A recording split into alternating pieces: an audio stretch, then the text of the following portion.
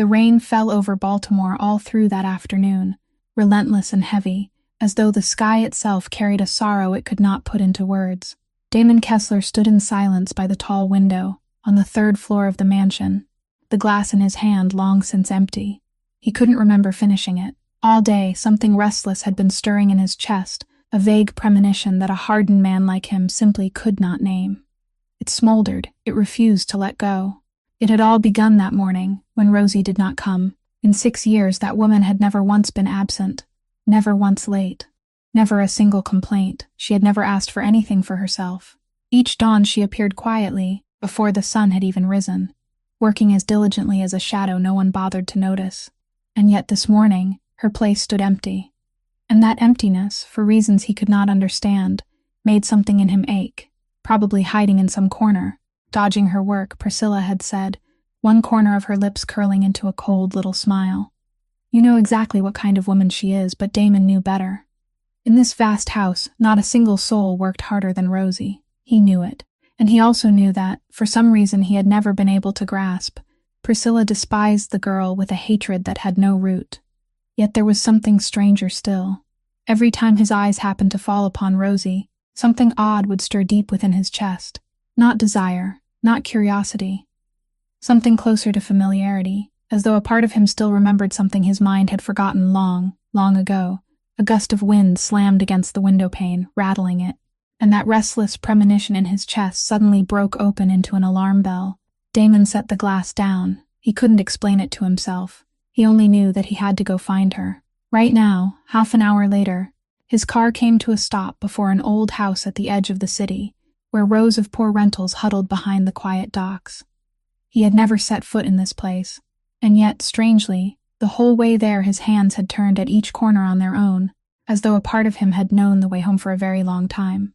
The rain lashed at his shoulders. His expensive shoes sank into the soft mud. He looked up at the small house. The door stood ajar. His eyes darkened. Something was very wrong. He climbed the rotting wooden steps. Rosie? No answer. Only the rain. Damon pushed the door wide open, and that smell reached him first. The sharp, coppery scent that any man from his world would recognize in an instant. Blood. His whole body went rigid. The room beyond was a scene of ruin.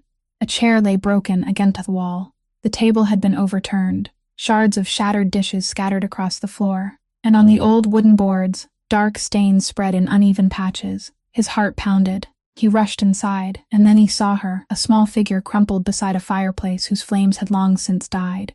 In that moment, the whole world of Damon Kessler seemed to stop turning. Rosie.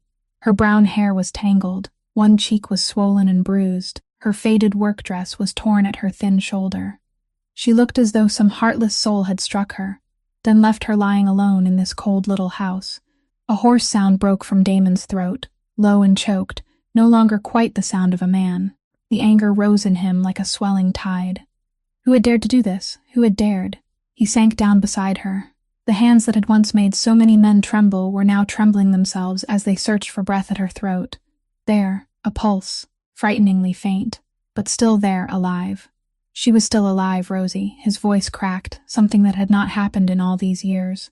Rosie, can you hear me? Her eyelids fluttered faintly. That was all, and then stillness once more. Damon carefully slid his arms beneath her and lifted her up. She was so light, light enough to make his hardened heart wince with a sudden sorrow. Light as though for a long, long time this woman had never once eaten her fill. He held her close against his chest and hurried out toward the car waiting in the rain. And as he laid her down on the seat, his gaze drifted, by chance, to the small table in the corner of the room. There, leaning against an old picture frame, was a child's clumsy drawing. Young, unsteady pencil strokes had sketched 3 people holding hands beneath the roof of a house, a mother, a little boy, and a tall man, his hair shaded a deep brown with eyes colored gray. Damon stood frozen in the falling rain, because that was the exact color of his own eyes. And don't forget to subscribe to our channel, so we can walk together through the healing stories still waiting ahead. That afternoon, a few hours before the rain swallowed the entire city, Damon Kessler was still sitting in the vast office, on the highest floor of the building overlooking the harbor. From that glass window, almost an entire corner of Baltimore lay spread beneath his feet. The enormous cranes along the piers, the cargo ships lining up one after another to dock, The silent warehouses that everyone in this city understood, without needing to say it aloud, belonged to the Kessler family. Not a single crate passed through the Eastern Harbor without his permission. Not a single casino downtown opened its doors without paying its share. People called him by many names, but every name came wrapped in fear and reverence. Damon Kessler was the man the whole city wanted to be close to, yet didn't dare look straight in the eye. That afternoon, Silas walked into the room, quiet as always, and placed a thin folder on his desk. Something had happened at the old market north of the harbor, where poor vendors still set up their stalls day after day to make a living. A low-level underling named Bruno, a man who had been taken in less than half a year ago, had used the family name to do the very thing Damon hated most in this world. He had gone from stall to stall, forcing small street vendors to pay an extra fee that no one had ever imposed. An old woman selling bread didn't have enough money, so he overturned her whole cart in the middle of the market and crushed the still warm loaves under his feet against the dirt. Damon finished reading the file. He said nothing. He only closed it very slowly, then placed both hands on the wooden desk. Half an hour later, Bruno was brought before him, still wearing the smug, self-satisfied expression of a man who believed he had just earned merit. He smiled and began explaining that he had only been making the family more feared, that he was tightening control over the area so no one would dare look down on the Kessler name. Damon let him finish, then he stood up. The room fell strangely silent. Everyone present knew what that kind of silence meant.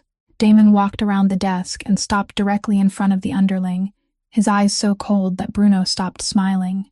"Do you know what I hate most?" he said, his voice not loud at all, and for that very reason even more frightening. "I hate strong men who bully those weaker than themselves. I hate men who borrow my name to crush people who have nothing with which to defend themselves." Bruno stammered something about loyalty. Damon didn't give him the chance to continue. A single slight nod towards Silas, clean and decisive, was enough. Bruno was taken from the room. By the next morning, that name would never be mentioned again in any part of the city, and every dollar he had extorted would be returned directly into the hands of each vendor, along with compensation no one would ever have dared imagine. That was Damon Kessler's principle. He could be ruthless with traitors, cold in every negotiation, powerful enough to make an entire underworld empire lower its head. But there was one line he had never allowed anyone to cross. Those who used strength to trample the weak had no place in his world. People whispered that perhaps because of that, the poor residents of the harbor district, though afraid of him, still felt a quiet gratitude toward him in some wordless, difficult-to-name way.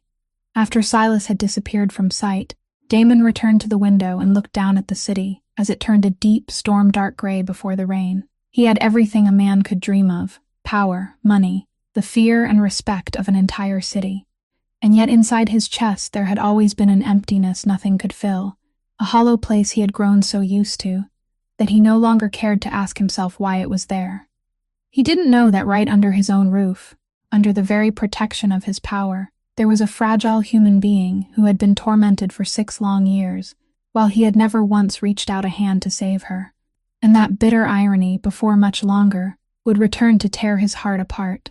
That same morning, when Damon still knew nothing of the nightmare waiting for him ahead, Rosie Vance had woken before dawn, as she had done for the past 6 years. The small servants' room tucked away in the most hidden corner of the Kessler mansion was cramped and cold, but she had grown so used to it that she no longer recognized the lack for what it was. She tied her brown hair neatly back, put on the faded uniform with frayed threads at the cuffs, then silently began the work of a new day before anyone else in the house had even opened their eyes. Mopping the floors, polishing the marble steps, cleaning rooms so vast that walking through them alone was enough to make her legs ache. She did it all without one complaint, without even a sigh, because she had learned long ago that complaining changed nothing, and only gave people another excuse to hurt her. In this house, Rosie understood her place very clearly. She was the lowest of the low, the shadow anyone could step on and then forget at once. The housekeeper, a dry, hard woman with eyes that were always searching for fault, had never missed a single chance to find some mistake in her. A speck of dust left behind on a shelf, a towel not folded squarely enough, everything became a reason for her to release cruel words.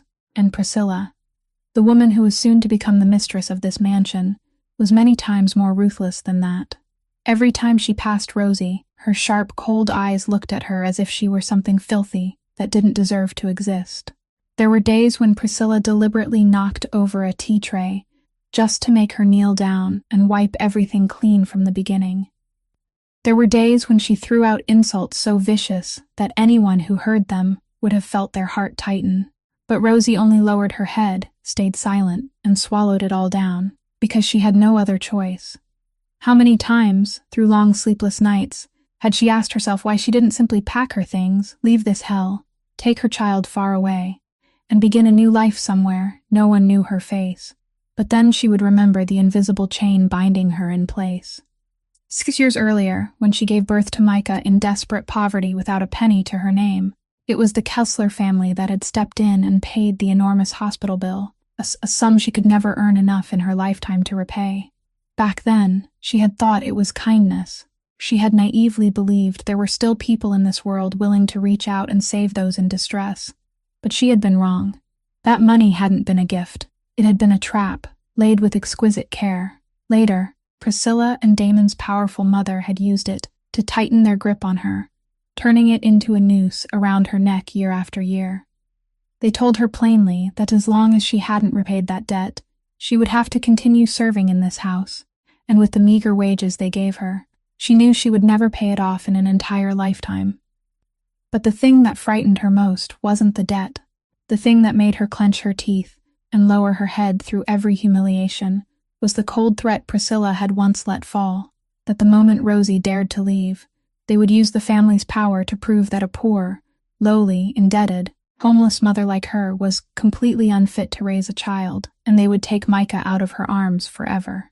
It was that fear of losing her child that had kept Rosie here, forcing her day after day to bend herself into a silent shadow, burying every longing and every scrap of dignity deep at the bottom of her heart, just so each evening she could return to the little house on the edge of the city and hold the small child who was the only light left in her life. The car tore through the heavy curtain of rain, cutting the night open with its dim yellow headlights, and Damon didn't take his eyes off the small figure lying motionless across the back seat, not even once. He brought Rosie straight to the private hospital the Kessler family had quietly supported for years. A place where the finest doctors were summoned in the middle of the night and didn't dare ask a single question. They rushed her into the emergency room, and Damon remained outside in the cold hallway, his hands clenched so tightly that the veins stood out beneath his skin, his heart tangled in a chaos of emotions he himself couldn't name. While he waited, his gaze fell on her old phone, the one that had slipped from her coat pocket when he carried her into the car. The screen was cracked, the case chipped and worn, its paint peeling in uneven patches. He hesitated for a moment, then picked it up, and the first thing that struck his eyes was the wallpaper on the phone, the radiant face of a little boy grinning under the sunlight. His heart tightened faintly, though he didn't understand why. Following the last few messages, he found her conversation with a woman named Martha, the neighbor who lived next door to the small house on the edge of the city. The hurried lines of text told him that this afternoon, before disaster came crashing down, Rosie had sent her son over and asked the woman to watch him. Without hesitating another second, Damon drove to that address. Martha's house was small but warm, its windows spilling a soft yellow light onto the dark, soaked street. When he knocked, the older woman opened the door with wary eyes, but when he said he had come because something had happened to Rosie, her face immediately went pale with worry. She led him inside, and it was there, in that small kitchen beneath the warm lamp hanging from the ceiling, that Damon saw the boy for the first time in his life. Micah was sitting curled up on a wooden chair by the dining table, both hands wrapped around a cup of warm milk, his eyes still heavy with sleep. The little boy lifted his head to look at the strange man, and in that instant, Damon Kessler's whole world seemed to freeze solid. The slightly tousled dark brown hair after sleep, the small dimple in his chin, and the eyes. Oh, those eyes, a clear gray exactly like the eyes Damon saw in the mirror every morning. Damon forgot how to breathe. He stood there, a man who had once made an entire city bow its head, and yet now he couldn't lift a single footstep, couldn't force out a single word, could only stare at the small face looking up at him, as though he were staring into a mirror reflecting his own childhood. The boy tilted his head, his gaze bewildered and a little shy in the way of a child who had just woken to find a stranger in the house. Then, in a tiny voice, young and clear, he asked, "Who are you, and where is my mommy?" That innocent question pierced straight through Damon's chest like a needle. He opened his mouth, but not a sound came out. How was he supposed to answer, when he himself was already staggering beneath thousands of questions with no answers?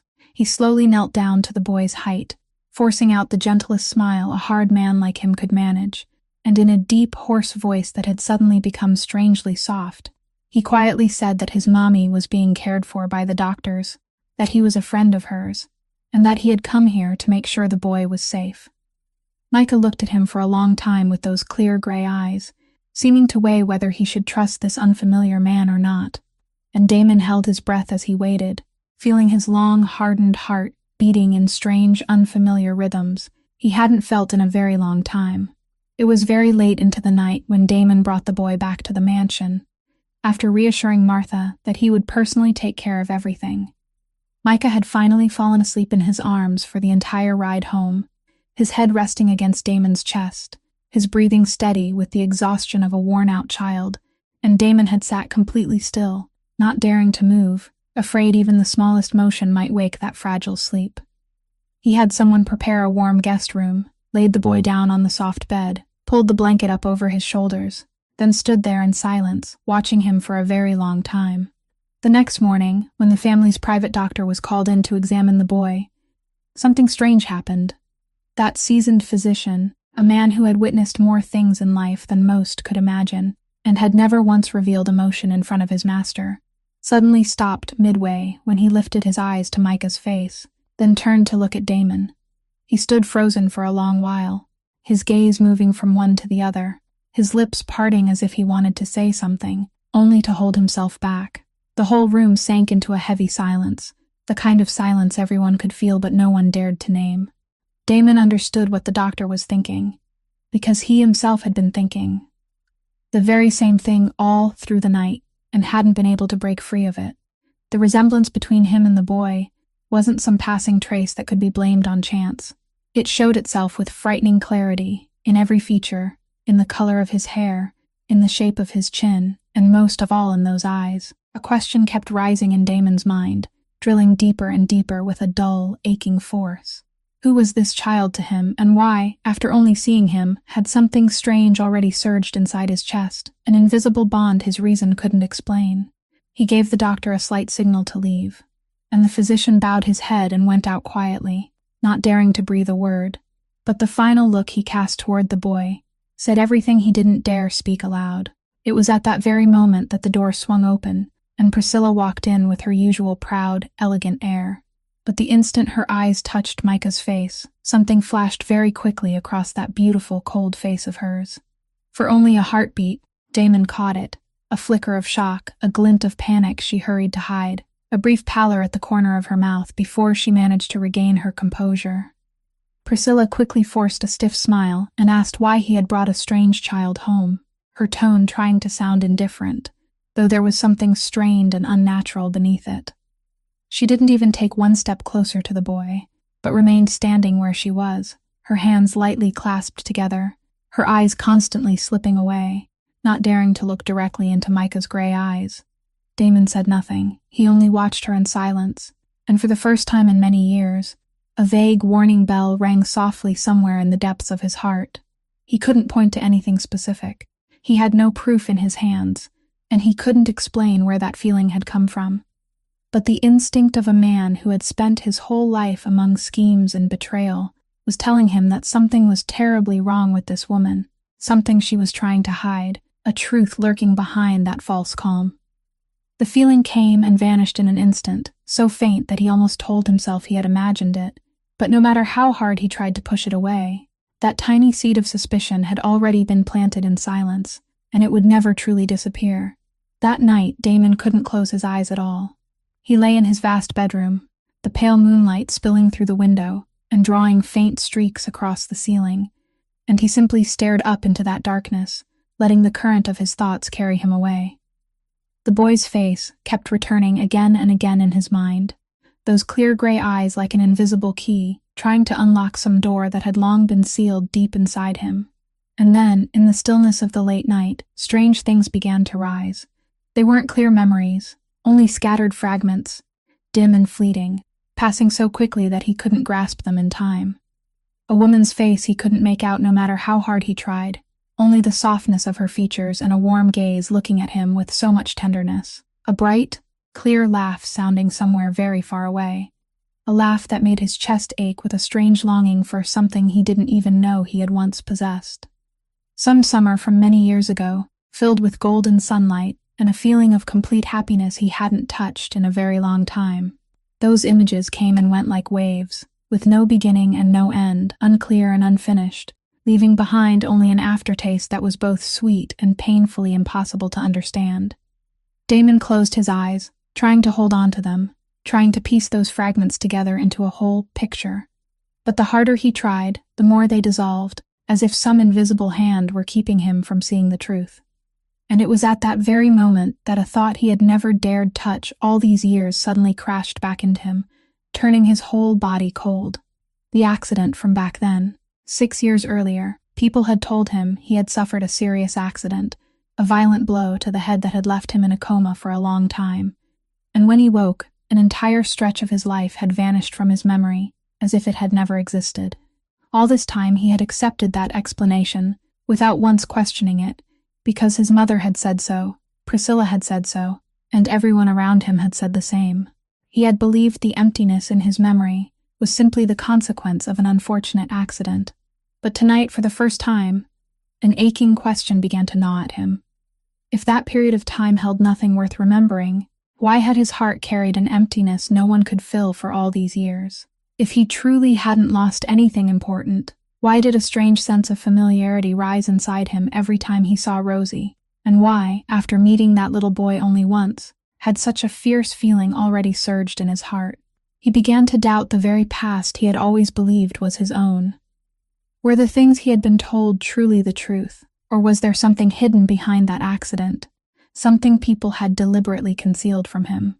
Damon turned over, his heart crowded with unanswered doubts, and in the mute darkness of the room, he felt as though he were standing before a half-open door, with a truth waiting on the other side that one part of him longed to know, while another part trembled in fear at the thought of what might be lurking beyond it.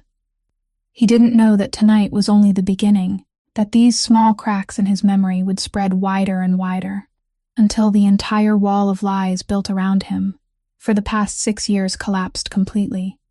2 days later, when the morning sunlight slipped through the white curtains of the hospital room, Rosie finally opened her eyes and woke. In the first instant, all she could feel was a dull ache spreading through her whole body, a heaviness pressing down on every strand of flesh, forcing her to close her eyes again for a long while, before she had enough strength to see everything around her clearly. But the moment her awareness fully returned, a terrible panic suddenly burst open inside her, sweeping away every pain and making her push herself up from the hospital bed even though her body was still weak and broken down. Micah, her child, where was her precious little boy? She tried to force herself to stand, her trembling legs nearly giving way beneath her, her mouth stammering her son's name with the terror of a mother. She couldn't remember what had happened. She could only vaguely feel that something dreadful had come crashing down, and the only thought occupying her mind now was whether her child was safe. It was at that moment that the door opened and Damon walked in. When Rosie's panicked eyes met his tall figure, her whole body suddenly froze. She stood rigid in the middle of the room, one hand gripping the edge of the bed to keep her balance, her eyes wide as she stared at him. But there wasn't even the slightest trace of relief or gratitude in that gaze. Instead, there was vigilance, instinctive fear, and deeper than all of it, a silent wound he couldn't understand. Damon quickly spoke to reassure her that Micah was safe and unharmed, that the boy was being cared for properly and hadn't been hurt at all. Only then did Rosie's shoulders sag slightly, a long, trembling breath escaping from her chest, but she still didn't take her eyes off him. She still kept the distance between them, as if he were a danger she needed to guard against. He stepped one pace closer, and at once she stepped one pace back, her gaze hardening. That gesture made Damon stop short, an indescribable feeling rising in his heart. He had saved her, had brought her here, had worried over her child, And yet why was she looking at him as though he were the one who had caused all this suffering? He tried to speak, asking her who had done such a cruel thing, telling her he would personally demand justice for her, but Rosie only pressed her lips tightly together, turned her face away, and didn't answer a single word. Her silence covered the whole room, heavy and cold, and that very silence tormented Damon more than any accusation could have. If she had screamed, if she had cried, if she had hated him and accused him, perhaps he could have borne it more easily. But she only remained silent, with the silence of someone who had grown too used to no one ever listening to her, the silence of someone who had learned that speaking up would change nothing. He looked at her, at the small woman trying to shrink into herself at the corner of the bed, trying to raise an invisible wall around herself for protection, and a strange remorse rose inside him that he couldn't explain. There was something in that wounded posture, in that silent guardedness, that made his heart twist as though he were the one who had sinned against her, though he couldn't remember what he had done wrong. In the end, Rosie only spoke softly, her voice hoarse and exhausted, asking him to let her see her son and saying nothing else. Damon stood there for a long while, looking into those quiet brown eyes that were hiding an entire deep sea of feelings he had no way to reach. And for the first time in his life, that powerful man felt utterly helpless before the silence of another human being. When she was left alone in the quiet hospital room, Rosie rested her head against the pillow and let the current of memory carry her backward through the years that had passed, years that could make her heart tighten with pain just by thinking of them. 6 years wasn't a short span of time for a mother raising a child alone, forced to shoulder an entire life by herself. She remembered the mornings when she had to wake while the sky was still pitch dark to go to the mansion and work. Then, when night fell, hurry home only to stop by a small eatery where she took an extra dishwashing shift to earn a little more meager money. Her hands, once so soft, had slowly grown calloused and cracked from being soaked in water and used for cleaning day after day. There were nights when she came home feeling as if her whole back might break apart, her legs numb to the point that she could barely feel them. But the moment she saw Micah's sleeping face, every trace of exhaustion inside her seemed to melt away. That child was her only reason for living, the small flame that warmed her through the coldest winters of her life. What she remembered most was a winter night long ago, when Micah was still very small and came down with a dangerously high fever. His forehead burned hot, his whole body went limp, and Rosie held him in her arms all night, her heart twisting with fear. There wasn't a single dollar left in the house, the medicine cabinet was empty, and she had panicked so badly that it felt as if her heart were shattering into pieces. She looked around the shabby little house, searching for anything she could sell, and her eyes stopped on the only thing left that still had a little value, a small silver necklace she had cherished and protected for years like a treasure, the final keepsake from a past she always tried not to think about. Without a moment of hesitation, she took it to a pawn shop in the middle of the night and exchanged it for a little money to buy medicine for her son. When she placed the necklace into the shop owner's hand, her heart ached sharply, but she told herself that no keepsake in this world was more precious than her child's life. That night she stayed awake beside her son's bed, changing warm cloths again and again, softly singing familiar lullabies, and when dawn had just begun to break, Micah's fever finally eased, his breathing becoming steady once more. Rosie broke down crying, her tears full of both relief and exhaustion, collapsing beside him as she silently thanked heaven and earth for not taking away the only light of her life. But there was another pain that lingered longer than poverty and hardship, and that was the times Micah innocently asked her about his father. She still remembered with perfect clarity the time he sat by the windowsill, watching the neighborhood children being carried on their father's shoulders, then turned to ask her where his daddy was and why he didn't have a daddy like the other kids. That innocent question cut softly into her heart like a blade. She had tried to swallow her tears, pulled him tightly into her arms, then, in the gentlest voice she could manage, told him that his father was a very kind and strong man, that his father was in a place very far away, but in his heart he always had his son. She couldn't bear to tell him the truth. She couldn't bear to make such a small, clear, innocent soul carry the bitterness of grown people. She wanted him to grow up believing he was loved, even if that belief had been woven from a lie. And every time she saw Micah smile with trust, wrapping his arms around her neck and whispering that he loved his mommy more than anyone in the world. Rosie felt her heart grow both warm and endlessly wounded. She had sacrificed everything, had traded away her youth, her dignity, and even the dreams that had once belonged only to her, just so that child could have a home, poor as it was, but always overflowing with love. The cracks in Damon's memory kept gnawing at him night after night, making it impossible for him to go on living in that fog for even one more day. He was a man accustomed to holding every truth in the palm of his hand, accustomed to knowing every move his enemies would make before they even had the chance to act, and yet now his own life had become a riddle he couldn't solve. That feeling of helplessness tormented him more than anything else. One morning he summoned Silas, the loyal associate who had followed him for so many years, the only man in this world filled with betrayal to whom he could entrust his complete faith. He shut the office door firmly, lowered his voice, and gave Silas a task he had never imagined he would one day have to carry out: dig up every file related to his accident from 6 years ago. He wanted to know everything, down to the smallest detail: who had been present at the time, which hospital he had been taken to, and who had cared for him throughout the period when he was in a coma. Silas was briefly surprised by the request, because all these years, his master himself had never shown any concern for what had passed. But when he looked into Damon's resolute eyes, he understood this wasn't passing curiosity. It was something far more serious. The hidden machine of the Kessler family's power began to move quietly. Doors that had always been closed to ordinary people suddenly opened easily before the Kessler name. Those who held information, those who had once buried secrets, all had to lower their heads when Damon's network reached them. Silas sent people to the hospital from back then, tracing every faint mark still left behind after all this time, and only a few days later, he returned with an unusually grave expression. What he had discovered left even him shaken. Damon's medical records from 6 years ago were still being kept, but something was wrong. Several important pages had been replaced. The handwriting and seals didn't match the rest.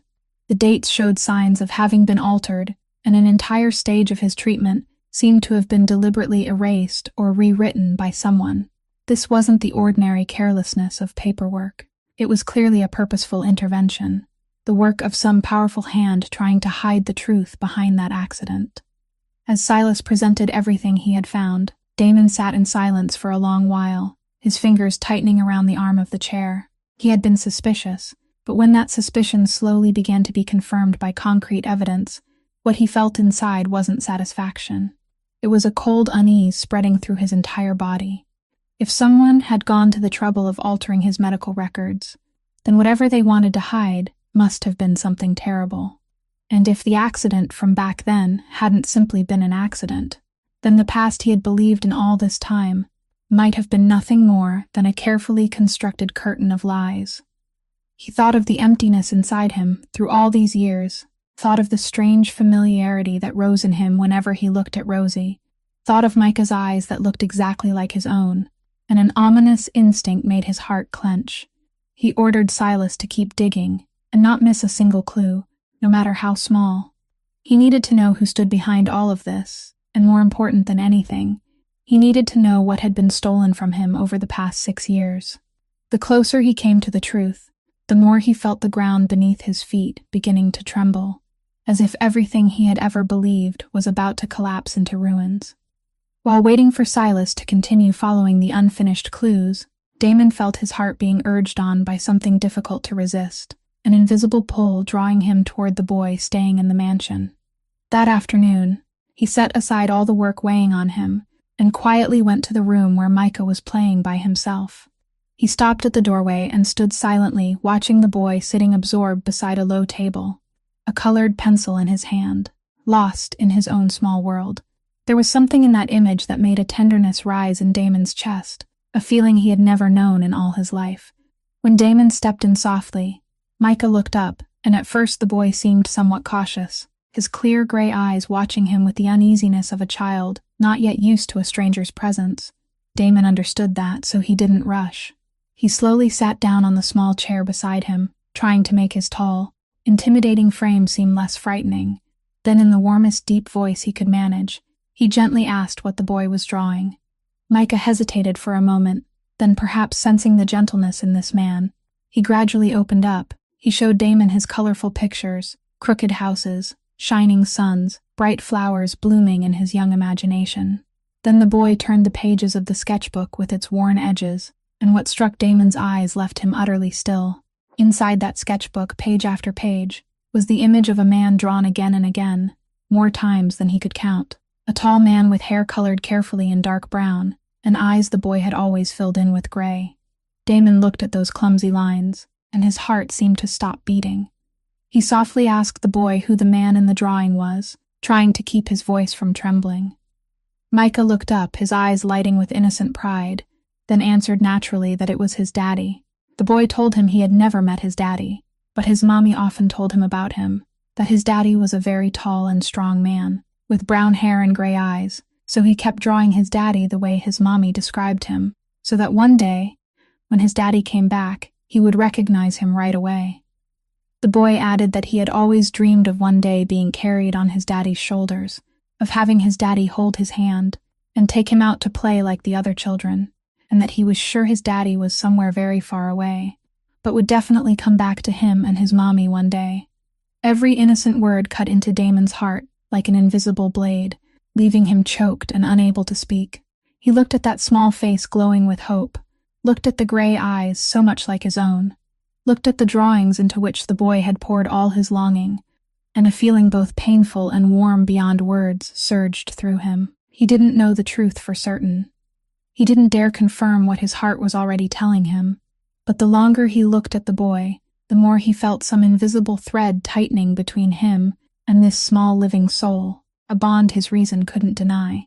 He gently reached out, hesitantly resting his hand on the boy's soft hair, and Micah not only didn't pull away, but lifted his face and smiled at him, a smile so pure that it made the man who had weathered so many storms in life turn his face aside to hide the sudden sting in his eyes.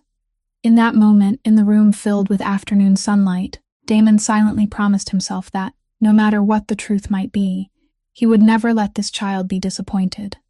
Only a few days later, Silas returned to Damon with a new folder of documents, and this time his expression was far heavier than before. Through the faint dense network of eyes and ears, he had traced the truth behind the fateful night when Rosie was attacked, and what he uncovered was enough to make even a calm man like him feel outraged. It turned out that the attack hadn't been a random disaster at all, as people might have thought. Silas had tracked down the man who carried it out, a thug hired from outside, and by following the money trail along with the suspicious phone calls, every clue eventually led back to one name: Priscilla. The story was gradually pieced together into a picture so clear it sent a chill down the spine.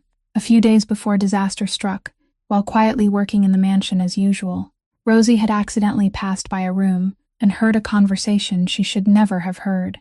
It was a hushed exchange that revealed part of the secret buried for the past 6 years, a monstrous conspiracy tied directly to Damon and his past. Rosie probably hadn't understood everything, but what she had heard was already enough to make her a danger in Priscilla's eyes. And that cruel woman wasn't someone who would allow any threat to remain.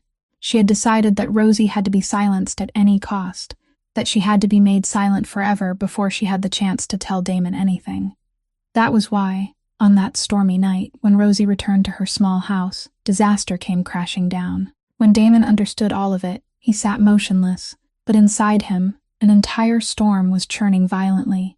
He looked down at his own hands, remembering the image of Rosie collapsed in that cold house, remembering how light her small body had felt when he lifted her into his arms, remembering the wounded eyes with which she had looked at him without saying a word. Now he understood why she had looked at him with such caution, why she had built a defensive wall around herself. She had suffered a brutal attack simply because she had accidentally learned a truth, and the person behind it all was the very woman he was about to marry.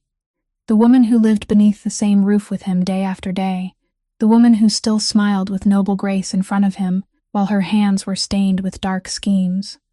Damon's anger didn't erupt into shouting or destruction. It was colder than that, deeper than that, and far more terrifying. It was the smoldering rage of a great beast that had been deceived, silently sharpening its fangs in the dark. He had spent his entire life punishing those who used strength to bully the weak, had never tolerated anyone who dared trample those without power or protection. And yet now he realized that the cruelest one of all had been hiding right beside him, inside his own home, and her victim was no one else but the woman his heart, though he still didn't understand why, had always ached for whenever he thought of her. He quietly ordered Silas to keep everything secret and not reveal a single thing yet, because he knew that if they alarmed the enemy too soon, she would have the chance to deny everything and destroy the evidence. He needed more time, more proof, and he needed to hold every piece firmly in his hand before he struck. But deep in his heart, he silently promised himself that those who had caused all this suffering, whoever they might be, would one day pay for exactly what they had sown. That night, when Silas brought the final piece, the entire picture of the truth finally appeared before Damon's eyes, complete and merciless. His loyal associate had found a witness from back then, an old maid who had once been driven out of the mansion and bribed into silence, and now, as she neared the end of her life, she had decided to tell everything, and what Damon heard made him stagger as though the ground beneath his feet had just collapsed. 6 years earlier, before the so-called accident happened, he and Rosie had been in love. It hadn't been a passing affair, but a love so deep that he had decided to defy everything to be with her, a poor girl with no status. He had given her a promise of marriage. He had woven so many dreams with her about a home, about a future together. The very silver necklace Rosie had been forced to pawn on the night their son had a fever was the keepsake he had given her back then, the token of their engagement. But their love had become a thorn in the eyes of two ambitious women. His mother, Eleanor, who had always longed to marry her son into the prestigious Hartwell family to strengthen power and wealth, would never accept a poor, lowly girl entering the household. And Priscilla, who had long set her sights on both Damon himself and his enormous fortune, could not possibly allow Rosie to take away what she had already marked as hers. So the two of them joined hands and built a scheme so vicious it chilled the blood. The accident from back then had never been an accident at all. It was an elaborately staged performance meant to make him suffer an injury that would steal away his memory of a period of his life, and most important of all, steal away his memory of Rosie and the love between them. Then, when he woke with an empty mind, they used that weakness, embroidered a false past around him, stuffed his head with lies, and isolated him from everyone who knew the truth. They fired, bribed, and threatened anyone who might reveal what had happened long ago. And crueler than anything, they didn't send Rosie away to some far-off place. Instead, they tormented her right beneath this very roof, turning the woman he had once loved into a lowly servant, forcing her to lower her head and serve before him day after day, while he knew nothing at all. They used the hospital debt to chain her in place. They used her child to threaten her, leaving her unable to speak, unable to leave, able only to endure in silence for 6 long years. And then came the final piece, the piece that made Damon's heart feel as though it were breaking apart. The boy Micah, the child with gray eyes exactly like his own, was his biological son. Rosie had been carrying his blood when disaster struck, and she had given birth alone, raised the child alone for 6 years in the most desperate poverty, while the boy's father lived right beside them without ever knowing his son existed. Damon shot to his feet, his entire body trembling violently. He felt a heartbreak unlike anything he had ever known, regret and rage surging at the same time, drowning him in a storm of emotions he could no longer hold back. 6 years. They had stolen 6 whole years from him. 6 years in which he should have been beside the woman he loved, should have watched his son come into the world, should have heard that first call of Daddy, should have seen his child take his first unsteady steps. Every sacred moment had been stolen from him without mercy, all because of the greed and selfishness of people he had once trusted most. He remembered the nameless emptiness in his chest all these years, and now he understood. It was the hollow left by a love that had been taken from him, by a family that had been torn apart. In the still darkness of that night, the most powerful man in the city broke down, tasting for the first time the pain of someone who had lost everything without ever knowing it. The next morning, Damon went to his mother's private room. He stepped inside with a composure so calm it was frightening, but beneath that stillness was an abyss of pain, waiting to swallow him whole. Eleanor was sitting by the window, taking a sip of her morning tea, and when she saw her son come in with that strange look in his eyes, she faltered slightly. Damon didn't circle around the matter. He looked straight into his mother's eyes, and in a low voice as heavy as stone, he asked whether she knew anything about what had happened 6 years ago. Just that one question, and I saw everything he needed to see. Eleanor's face changed color for an instant, her hands trembled faintly enough to make the tea ripple in its cup, and in that brief moment, he understood that the last of his hopes had shattered. He had secretly wished, even if it was only the thinnest thread of hope, that his mother had been innocent, that she too had been a victim of deception just as he had. But the way her eyes avoided his told him everything. Eleanor set the teacup down, let out a very long sigh, and she didn't deny it. Perhaps that was what hurt Damon most, that his mother didn't even bother to deny it. She only quietly lifted her eyes to look at her son, and in those aging eyes, there was none of the remorse he had longed to see, only the cold hardness of someone who believed she had done the right thing.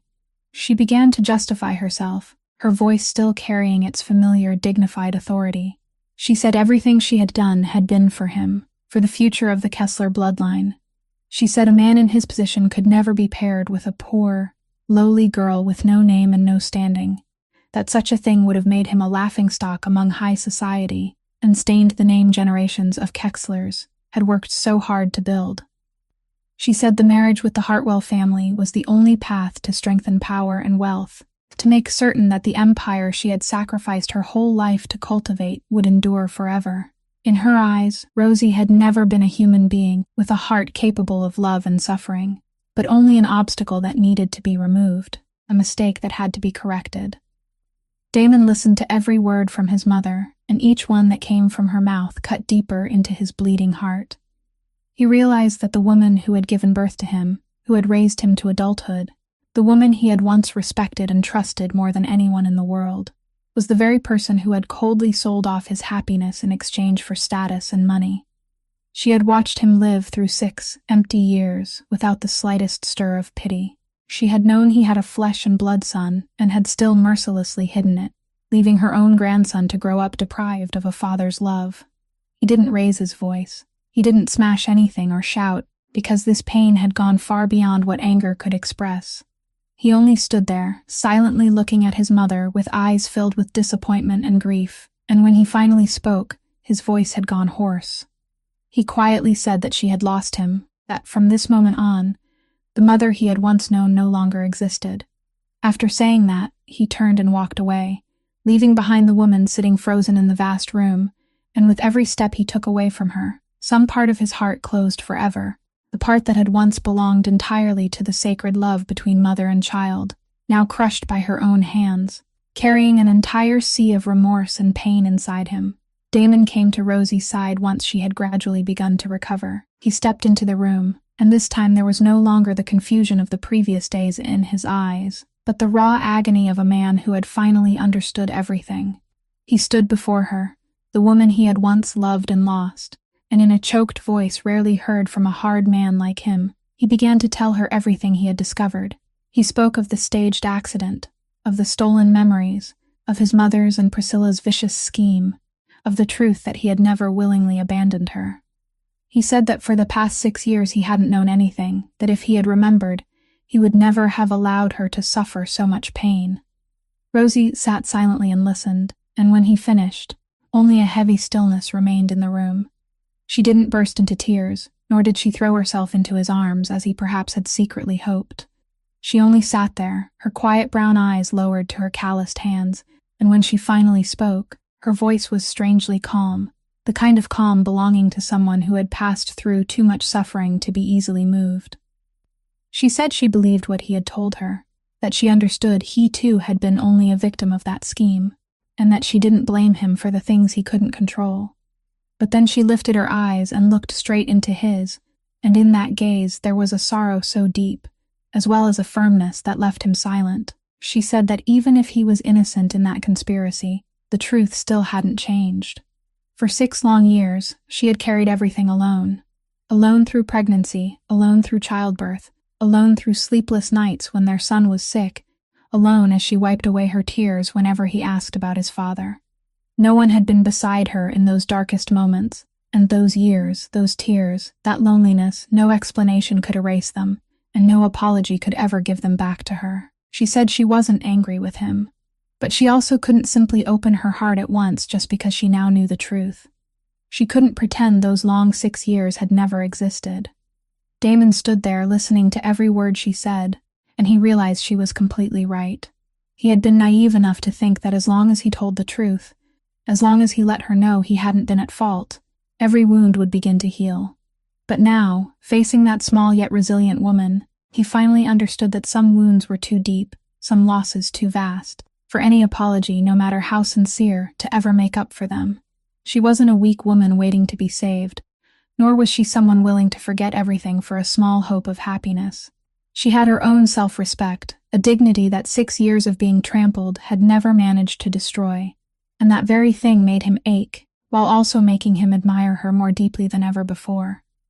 He gave a slight nod, not trying to plead or explain anything further, only quietly saying that he understood, that he didn't expect her to forgive him right away, and that he would spend the rest of his life making up for what had been lost, not with words, but with actions. Then he quietly left, carrying a new resolve in his heart, that he would be patient, that he would wait, that he would prove his heart to her, no matter how long it might take. From the moment Damon learned the whole truth, he changed. The pain and fury inside him were no longer chaotic as they had been in the first days, but had settled, crystallizing into a resolve as sharp and cold as steel. He understood that to punish those who had caused so many sins, he couldn't act on emotion, couldn't let anger lead the way. He had to do it in his own manner, in a way that would leave them no path of retreat, no chance to deny their crimes or destroy the evidence. And that perfect opportunity was drawing very near. The Hartwell family had long arranged a lavish engagement ceremony for him and Priscilla, a grand event that would gather all the noble elite of Baltimore, where the two prestigious families would officially become in-laws before everyone's eyes. Priscilla was still eagerly preparing for that day, certain that every scheme of hers had been flawless, certain that in only a few more days, she would officially place her hands on the Kessler family's wealth and power. She had no idea that the very ceremony she was so anxiously awaiting would become the stage for her own collapse. Damon decided he would expose everything right there, in broad daylight, before all the people whose respect Priscilla and his mother had always longed to possess. He would let their entire world witness the real face hidden behind that elegant layer of powder and lipstick. But he knew very well that public humiliation alone wasn't enough.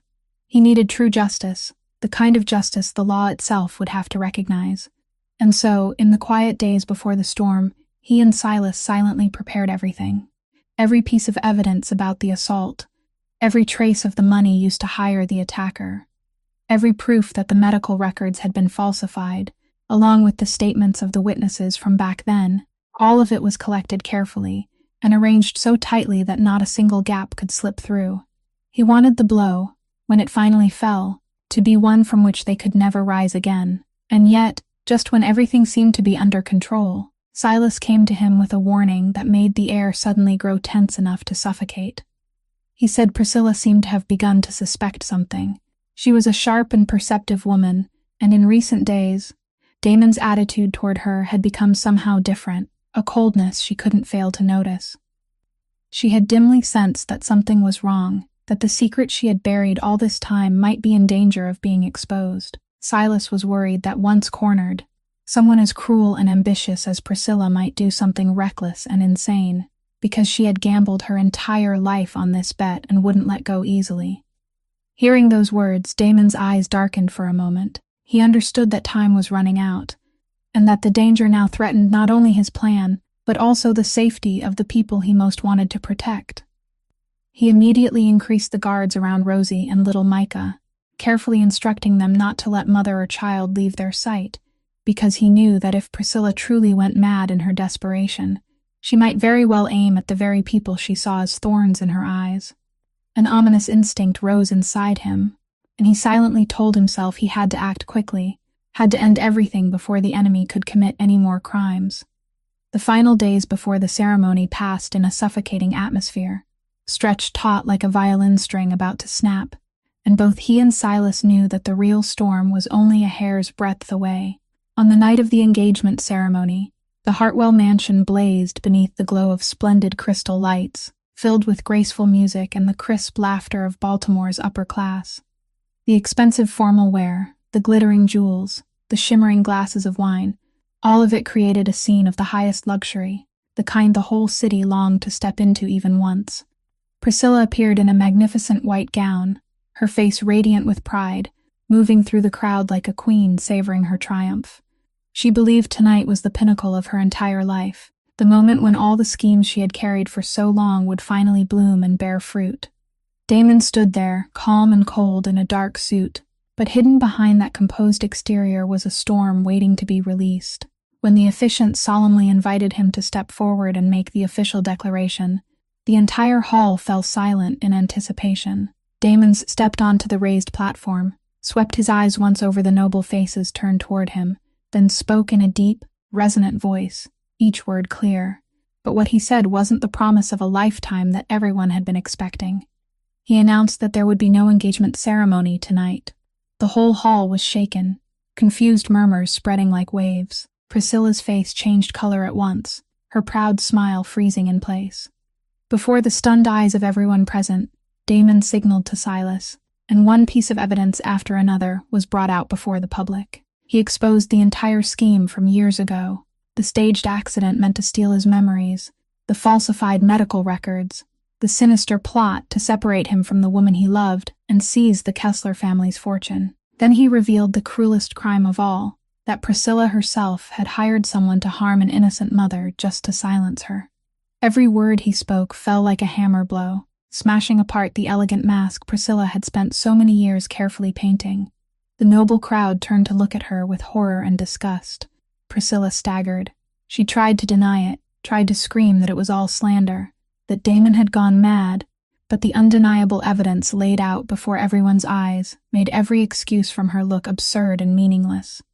She searched the faces of her father, of the powerful members of the Hartwell family, begging for help, but what answered her were only avoiding eyes and cold backs turning away. No one wanted to be tied to such a monstrous scandal. No one wanted to be dragged down by a sinner who had already been exposed. In the blink of an eye, the dazzling world Priscilla had traded her whole soul to possess collapsed into ruins beneath her feet. Damon looked at her, his eyes holding not the slightest trace of mercy.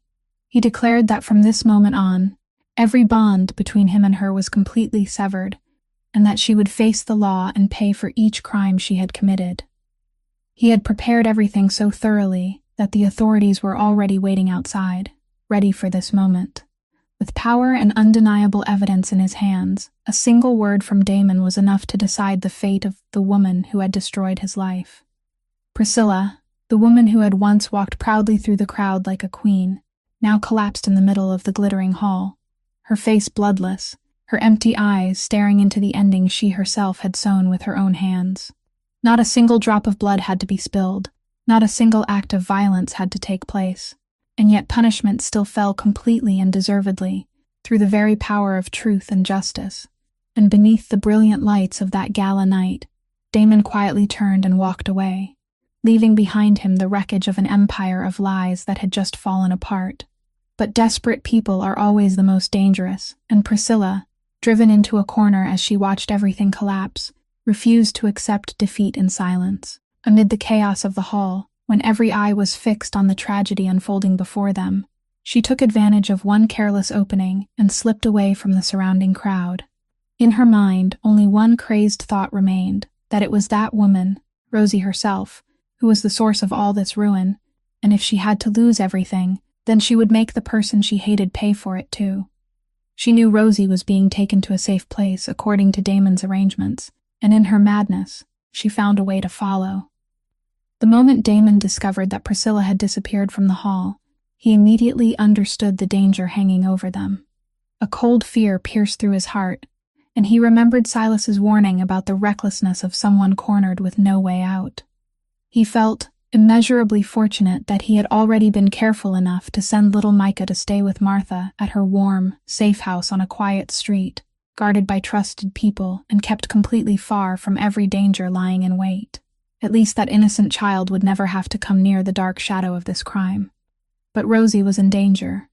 Without hesitating for even 1 second, Damon rushed out of the mansion and drove into the night at a frantic speed, his heart pounding under a terror he had never known before. In his mind, The image of that stormy night long ago kept appearing, the night when he had arrived too late, the night when he could only hold her motionless body in his arms and feel helpless. He told himself that this time, no matter what price he had to pay, he wouldn't let that tragedy happen again. When he sped to the place where Rosie was staying, the scene before him made the blood in his body seem to freeze.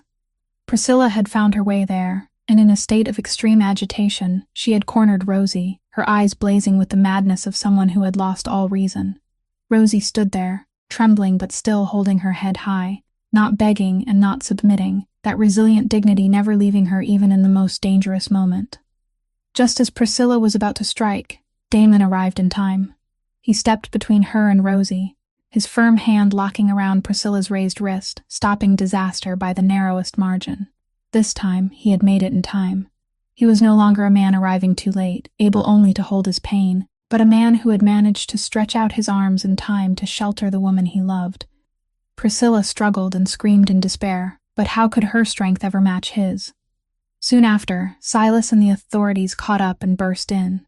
Priscilla was restrained and taken away, her frenzied screams growing smaller and smaller before fading completely into the night, closing the long days of suffering sown by a person swallowed whole by greed and envy. She would have to face punishment under the law and pay for every crime she had committed, a just ending she had brought upon herself.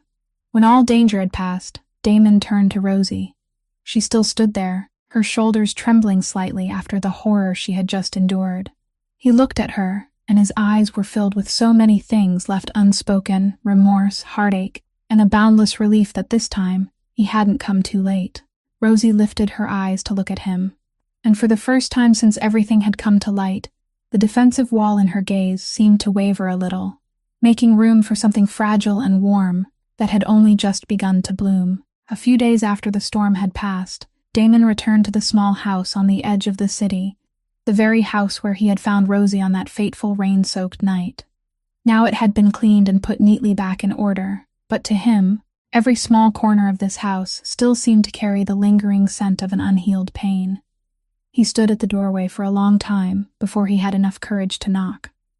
Rosie opened the door, briefly surprised to see him, but she still silently stepped aside to let him in. The two of them sat facing each other in the small room, held between them by a long silence. Then Damon began to speak. This time he hadn't come to explain or to prove his innocence. He had come to confess. He said that, although the conspiracy hadn't been created by him, although his memories had been stolen, in the end, he had still been absent. He had still been the father who wasn't there when his son was born. He had still been the man who wasn't beside her when she needed him most. He said he wasn't asking her for forgiveness, because he knew there were things that couldn't be forgiven. He only wanted her to know how deeply he regretted it, and that regret would follow him for the rest of his life. Rosie sat listening, her hands resting quietly on her knees. She said nothing for a long while. Then he saw her shoulders begin to tremble faintly. Her tears fell, silently, without a single sob. They weren't the tears of a passing emotion. They were the tears of someone who had held back for too long, who had endured too much, the quiet and heavy tears of a heart that had been wounded for 6 long years. She lifted her eyes to look at him, and softly she said, "I waited." Only those 3 words, and yet they struck straight through Damon's heart like a knife. She went on, her voice small and trembling. She said that through all those years she had waited. Every day she had waited. At first, she had waited for him to come back, believing there had to be some reason he couldn't come yet. Then she waited in doubt, asking herself whether he had forgotten her. Then she waited in despair, painfully thinking that perhaps he had never loved her enough to return. She said there had been nights when she held their son and looked out the window, waiting for a figure that never appeared. There had been times when she heard footsteps outside the door, and her heart leapt with hope, only to sink again into disappointment. She said she had waited until there was nothing left to wait for, waited until her heart had learned how to accept that he would never come. And the most painful thing, she whispered, was that through all those years, she had blamed him, resented him, thought he was a faithless man, while the truth was that he too had only been a victim, just like her. Hearing those words, Damon could no longer hold himself together. A man who had passed through so many storms, who had faced danger without flinching, now felt his eyes sting. He thought of her alone by the window through all those seasons of rain and sun, waiting alone in hopelessness, carrying alone the loneliness he should have shared with her. His heart twisted with tenderness and remorse. He slowly reached out, hesitated, then gently placed his hand over her calloused one. She didn't pull her hand away. In that quiet small house, amid silent tears and confessions drawn from the deepest place in the heart, two people who had once been torn apart by fate were finally sitting beside each other again for the first time after 6 long years, crying together for everything that had been lost, and quietly kindling in their hearts a fragile glimmer of hope for what might still be healed from this moment on. In the weeks that followed, Damon often returned to that small house, but he didn't come as a powerful crime lord who made the whole city tremble with respect and fear. He came as a father timidly learning all over again everything he had missed. He took off his expensive suit, rolled up his sleeves to help Rosie repair the crooked fence, sat right down on the floor to play clumsy children's games with Micah, and listened as she told him about the years when he hadn't been there. She told him about the day Micah took his first unsteady steps, when the little boy fell again and again, but still laughed with bright, bubbling joy. She told him about his first word, not mommy as she had once hoped, but a funny little word he had said while pointing at a bird perched outside the window. She told him about his simple birthdays, with a small cake she had made with her own hands and modest gifts wrapped with all the love she had in her heart. Damon listened to every story, and every story both warmed and choked his heart, because those were precious moments he should have witnessed with them, memories he had lost forever and could never take back.